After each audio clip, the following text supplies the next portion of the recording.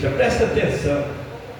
É uma pergunta que nós devemos fazer, né? Qual é o propósito de Deus para a vida da humanidade? Por que eu estou aqui na Terra? E quando a gente olha para a Escritura, a gente vê por que nós estamos aqui. Nós estamos aqui de passagem. Porque tem gente, meus irmãos, que vive aqui neste mundo como se ele fosse viver pelo século do século. E ele fica vivendo neste mundo conforme o seu bel prazer, conforme a sua vontade. Ele pode até fazer isso, mas um dia ele vai ter que prestar conta ao Criador dos céus e da terra. Então nós estamos de passagem. 1 Pedro 2,11 diz assim que nós somos peregrinos e forasteiros por este mundo. Então, meus irmãos, a gente olhando, a Bíblia tem a resposta. Você pergunta e a Bíblia responde. Tem a resposta para tudo. E quando eu olho para a Escritura, quando eu olho Jesus, domingo vai ter, né, é Santa Ceia, né? E Santa Ceia está lembrando o quê? Por isso que Jesus vai dizer ali em 1 Coríntios capítulo 11: fazer isto em memória de mim. Ela, em memória de mim, quando ele fala em memória, ele está falando, lembra daquilo que foi feito na cruz do Calvário.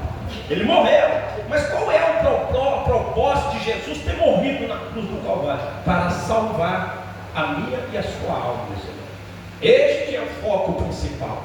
Quando a gente olha em Lucas 19:10, vai dizer assim, ó, o Filho do Homem veio buscar e salvar o que se havia perdido. Então o maior propósito é a salvação de alma. E nós, como servos de Deus, como líderes aqui, nós temos que ensinar, nós temos que instruir. Porque se eu, né, os pastores, os obreiros aqui não instruir a igreja, Deus vai cobrar Moisés. Deus vai cobrar da gente. Deus fala assim, eu levei aquelas almas lá, mas você foi covarde. Vocês foram covardes. Por isso que Provérbios, olha só, 12:22, diz que Deus detesta os mentirosos, mas ama os que dizem a verdade. E nós estamos aqui para falar a verdade. Então, quando eu olho para esse texto, quando eu olho para esta mensagem, eu vejo esta mensagem que é pouco falada nos púlpitos. É muito pouco falado. Em 19 anos, nas igrejas que eu congreguei, aonde eu visitei, pouquíssimas vezes eu vejo falar de algo tão sério. Eu estou falando da morte, meu irmão. Morreu, acabou. Não existe uma outra oportunidade. E a salvação, assim como eu disse aqui, Bruna, no início, que a salvação é aqui que a gente decide. É aqui que a gente decide. Decide o que, pastor? Aonde você vai passar a sua eternidade? Quantas pessoas, meu irmão, que daqui 5 minutos elas vão partir para a eternidade e elas não sabem, e elas estão aí vivendo com a vida, né, uma vida dissoluta, uma vida conforme a sua carne, conforme o seu bel prazer. Tanto que, né, o presbítero Lucas abriu aqui em Romanos capítulo 8: portanto não há condenação para quem? Para aqueles que estão em Cristo Jesus, que não andam segundo a sua carne, mas andam segundo o Espírito. Não anda na carne, anda no Espírito, anda na santidade. Então tem muitas pessoas que daqui 5 minutos, no meio de 8 bilhões de pessoas que existem no mundo, daqui 5 minutos, milhares e milhares de pessoas vão partir e elas não sabem. Só para você ter uma ideia, só do problema do coração, 360 mil pessoas morrem só do problema do coração por ano. 360 mil. Ou seja, no ano de 2025, foi 360 mil pessoas. Nós escapamos, pelo menos desse problema cardíaco, nós escapamos. Meu Deus. E esse ano, será que nós vamos estar fazendo parte dessa conta de 360 mil? Eu estou falando apenas do problema do coração. 10 milhões de pessoas morrem de câncer por ano. A cada 6 segundos, uma pessoa morre de derrame cerebral. Então nós presenciamos, basta você ligar os meios de comunicação, nós presenciamos, meus irmãos, através dos meios de comunicações, as diversas e milhares de mortes que acontecem de todas as formas, de todos os jeitos, em vários lugares do mundo. Doenças, acidentes, crimes, tragédias imprevistas, né? É só ligar o meio de comunicação, você vai ver isso acontecendo. Vários tipos de morte. Isso aqui que é o pior, é morrer missionário, sem a salvação. Porque se você for ver, meus irmãos, se a gente morre em Cristo, é algo maravilhoso morrer em Cristo. E a gente temos que ter a certeza. Eu já te faço essa pergunta. Faz aí uma autoanálise da sua vida. Enquanto você está fazendo autoanálise da sua vida, eu estou fazendo também, porque a palavra é uma espada de dois gumes. Ela corta aqui e corta aí. Eu estou transmitindo a mensagem para os irmãos, mas Deus já falou comigo. Já falou comigo. Então a pergunta que eu estou fazendo para os irmãos, eu estou fazendo para mim também. 1 Coríntios 11, 28. Pois analise-se o homem a si mesmo. Faz aí uma autoanálise da sua vida, meus irmãos. Como está a sua vida na presença de Deus? Porque só eu vir para o culto não garante a minha salvação. Eu preciso ter uma aliança verdadeira com Cristo. Por isso que ele vai dizer que Deus está à procura dos verdadeiros adoradores que adoram o Pai de espírito e em verdade. Se Ele está procurando, porque Ele está em falta. Ele está procurando pessoas assim, esse tipo de pessoa que vai morar no céu. Você não pode esquecer que você tem uma alma. Você não é um corpo que tem uma alma.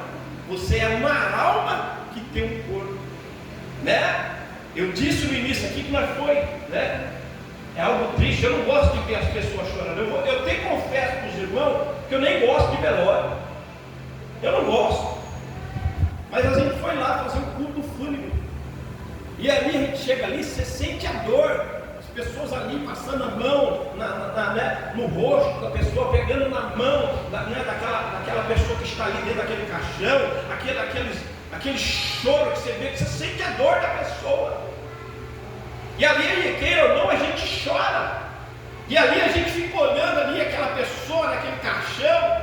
E eu logo fico pensando, que falar, fulano morreu, logo veio em mim, para onde foi aquela alma? A alma descolou do corpo. Falou que bateu o coração, a alma descola e essa alma não fica vagando não, igreja.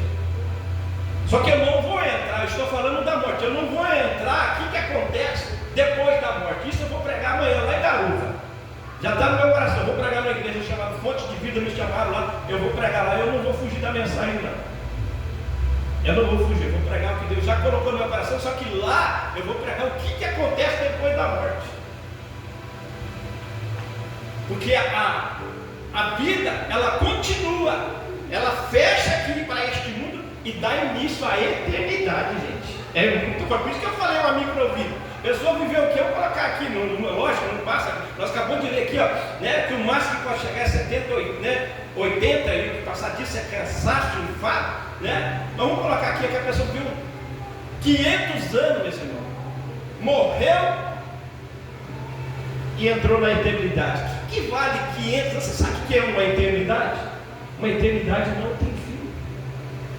Vai passar 1 bilhão de anos e a pessoa vai estar lá. Eu não sei se é um lugar chamado Hades ou se é um lugar chamado Paraíso. Eu não sei se ela vai estar num lugar chamado Guiena, que significa lago de fogo, que esse aqui realmente é eterno. O outro é provisório, os dois primeiros que eu falei é provisório. Ou num lugar chamado Nova Jerusalém, que é um lugar maravilhoso, você pode ler na sua Bíblia depois. Está lá escrito as dimensões da cidade. Está escrito lá como que essa cidade, ruas de ouro, está lá. Já está preparado esse lugar. Só que ainda não foi inaugurado, não foi cortado a fitinha de inauguração.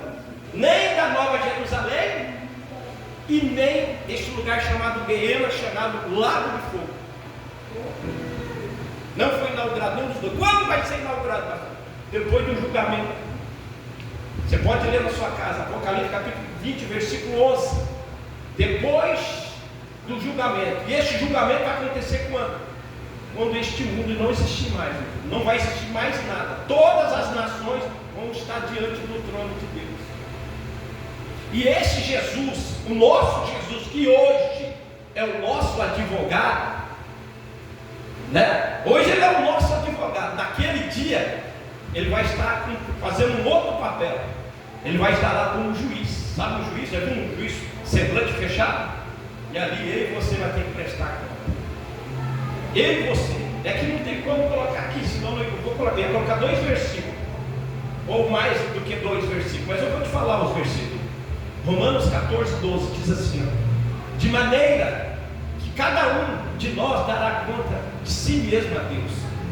Olha só, Deus está falando que eu vou dar conta de mim. Mas a vida não é minha, eu não posso fazer o que eu quero. Não, você pode ter que fazer, mas você vai ter que prestar conta.